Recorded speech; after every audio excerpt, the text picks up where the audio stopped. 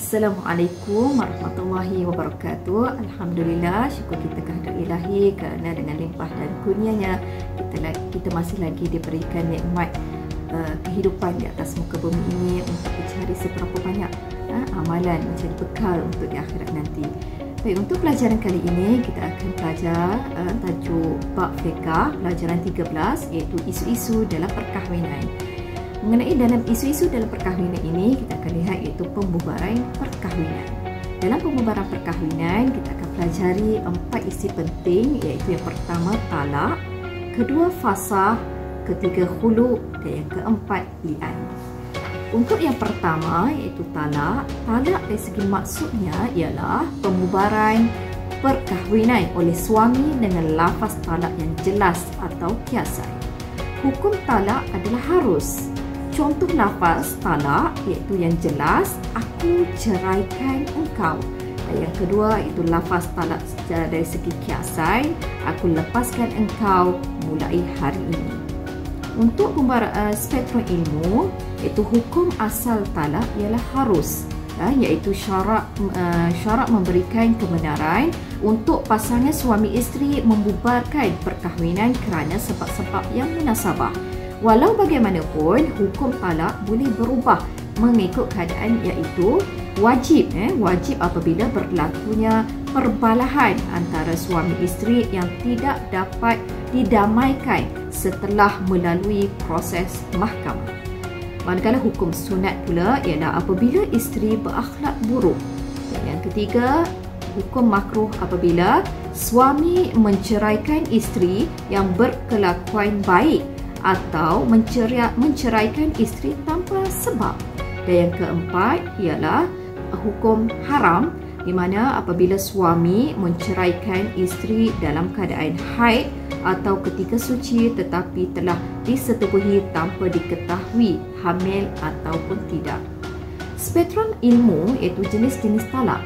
Talak terbahagi kepada dua, iaitu talak rajai dan talak bain.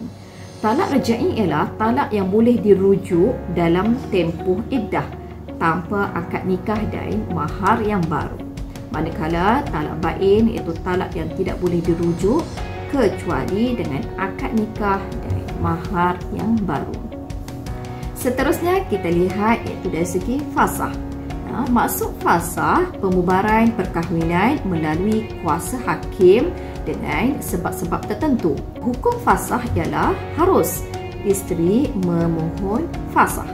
Contoh sebab fasakh pula ialah isteri memohon fasakh kerana suami sering memukul hingga menyebabkan kecederaan fizikal. Manakala yang ketiga, pembubaran perkahwinan yang ketiga adalah khulu', iaitu tebus talak. Khulu' maksudnya ialah pembubaran perkahwinan atas kehendak isteri dengan persetujuan membayar ganti rugi kepada suami. Hukum khulu' ialah harus. Dan contohnya iaitu mahkamah meluluskan permohonan khulu' atas permintaan isteri dengan memulangkan bayaran mahar kepada suami. Kita lihat spektrum ilmu iaitu contoh bayaran ganti rugi. Contoh bayaran ganti rugi iaitu dari segi wang tunai, harta tanah, emas, perak, saham, manfaat, apa-apa yang dipersetujui oleh kedua-dua belah pihak. Ini adalah daripada sumber Jabatan Kehakiman Syariah Malaysia. Seterusnya kita lihat yang keempat, iaitu pembubaran perkahwinan yang keempat, li'an. Li'an ini maksudnya iaitu lafaz sumpah suami apabila menuduh isteri berzina tanpa ada 4 orang saksi atau menafikan nasab. Hukum li'an adalah wajib untuk mengelakkan suami daripada hukuman qazaf. Cara suami melakukan li'an iaitu proses li'an, kita lihat satu persatu. Yang pertama, suami melafazkan di hadapan hakim, aku bersaksi bahawa tuduhan ke atas isteriku adalah benar. Tuduhan zina yang aku lemparkan kepada isteriku yang bernama Anu si Anu lah, dan anak ini jika isteri mempunyai anak zina ataupun sedang mengandung ialah anak zina dan bukan daripada zuriatku. Yang kedua, lafaz ini diulang sebanyak 4 kali Sekiranya isteri ada bersama-sama, maka suami hendaklah menunjukkan tangan ke arah isteri. Yang ketiga, pada kali yang kelima, hakim akan memberikan peringatan kepadanya tentang bahaya berdusta. Suami hendaklah berkata, sesungguhnya laknat Allah Subhanahu Wa Taala akan menimpaku sekiranya aku terdiri daripada orang-orang yang berdusta. Manakala kita lihat pula cara isteri melakukan li'an. Isteri melafazkan li'an di hadapan hakim, iaitu aku bersaksi dengan nama Allah SWT bahawa, iaitu nama suami, orang yang berdusta tentang tuduhan zina terhadapku. Yang kedua, lafaz ini diulang sebanyak 4 kali. Pada kali yang kelima, isteri hendaklah berkata, kemurkaan Allah SWT akan menimpaku jika tuduhan suamiku adalah benar. Kesan daripada li'an ini ialah suami isteri tidak boleh rujuk selama-lamanya. Anak tidak boleh dinasabkan kepada suami dan tidak berhak mendapat nafkah dan mewarisi pusaka daripadanya. Seterusnya, kita lihat itu isu-isu berkaitan dengan perkahwinan. Dalam isu-isu berkaitan perkahwinan terdapat 6 isu, iaitu yang pertama iddah, yang kedua rujuk, yang ketiga nusyuz, yang keempat poligami, yang kelima hadanah dan yang keenam anak angkat. Isu yang pertama iaitu iddah. Maksud iddah ialah tempoh masa yang perlu dilalui oleh seorang isteri selepas pembubaran perkahwinan atau selepas kematian suami. Hukumnya adalah wajib. Dan tempoh iddah iaitu kita lihat pada situasi belum putus haid, bercerai hidup, maka isteri perlulah melalui tempoh iddah 3 kali suci. Manakala jika bercerai kematian, maka isteri perlu melalui iddah selama 4 bulan 10 hari. Untuk situasi isteri telah putus haid, iaitu keadaannya bercerai hidup, maka isteri perlulah menjalani iddah selama 3 bulan hijrah. Dan jika dia bercerai mati, maka dia perlulah melalui tempoh iddah selama 4 bulan 10 hari. Untuk situasi isteri belum pernah disetubuhi, maka apabila dia bercerai hidup, maka isteri perlu melalui tempoh iddah. Tiada perlu melalui tempoh iddah. Kiranya tidak ada tempoh iddah bagi isteri tersebut. Manakala jika kematian suami, isteri itu perlu menjalani iddah, iaitu selama 4 bulan 10 hari. Manakala untuk situasi isteri yang sedang hamil, iaitu isteri perlu sama ada dia bercerai hidup ataupun kematian suami, isteri perlu melalui tempoh iddah sehingga melahirkan anak. Spektrum ilmu iaitu larangan semasa tempoh iddah, iaitu yang pertama menerima pinangan lelaki lain secara terang ataupun kiasan. Yang kedua, keluar daripada rumah yang disediakan oleh suami kecuali untuk keperluan yang dibenarkan oleh hukum syarak. Dan yang ketiga, berhias diri kecuali wanita yang dalam iddah raj'an. Seterusnya kita lihat rujuk. Maksud rujuk ialah hak suami untuk menyambung kembali ikatan perkahwinan dengan isteri yang diceraikan dalam tempoh iddah. Hukumnya adalah harus. Contohnya, suami berkata kepada isterinya, aku rujuk engkau untuk kembali ke pangkuanku. Syarat rujuk, kita lihat spektrum ilmu syarat rujuk, iaitu yang pertama dengan keredaan sendiri, yang kedua bukan perceraian kerana fasakh atau khulu, yang ketiga bukan diceraikan dengan talak 3, yang keempat isteri yang diceraikan masih dalam tempoh iddah, dan yang kelima ada lafaz yang menunjukkan rujuk. Seterusnya kita lihat isi yang ketiga iaitu nusyuz. Maksud nusyuz ialah keengganan isteri mentaati perintah atau permintaan suami yang sah. Hukumnya adalah haram. Contohnya, isteri enggan mematuhi perintah suaminya supaya menunaikan solat dan berpuasa. Seterusnya kita lihat isi yang keempat iaitu poligami.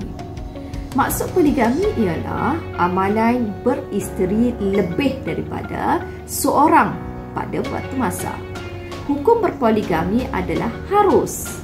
Dan kita lihat spektrum ilmu di mana kelayakan bagi berpoligami ini ialah yang pertama, tidak melebihi 4 orang isteri dalam satu masa. Yang kedua, boleh berlaku adil terhadap isteri-isterinya dari aspek lahiriah seperti pakaian dan tempat tinggal. Yang ketiga, suami mampu memberi nafkah zahir dan batin kepada isteri-isterinya. Seterusnya kita lihat isu yang kelima iaitu hadanah.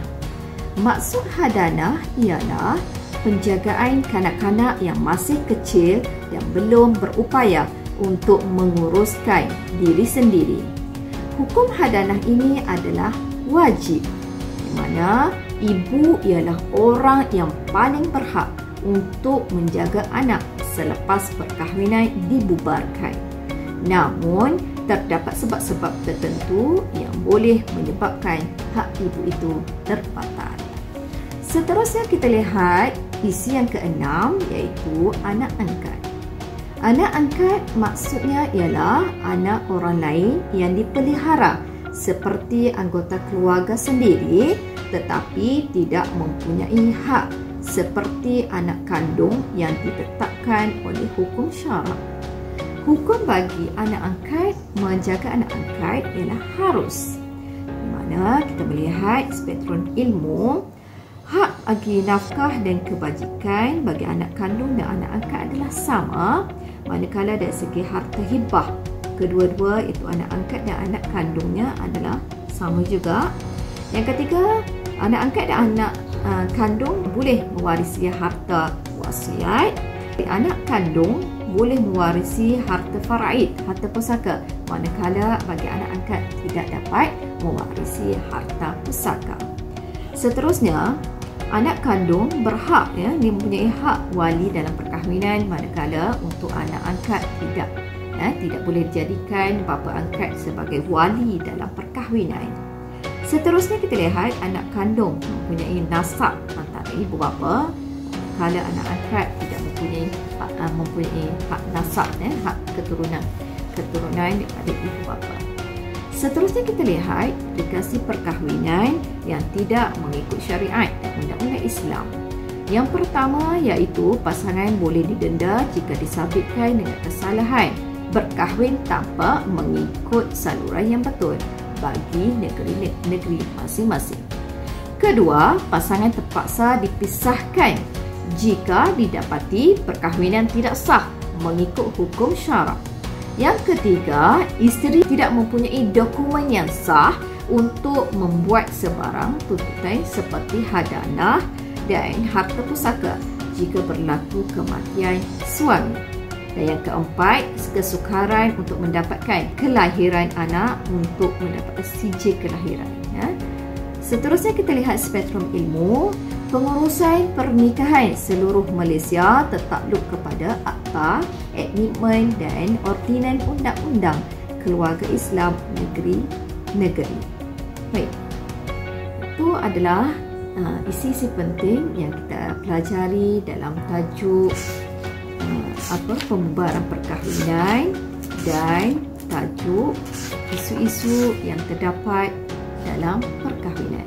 Semoga ilmu yang kita pelajari pada hari ini dapatlah pelajar-pelajar memahami dan mempraktikkan pada masa akan datang.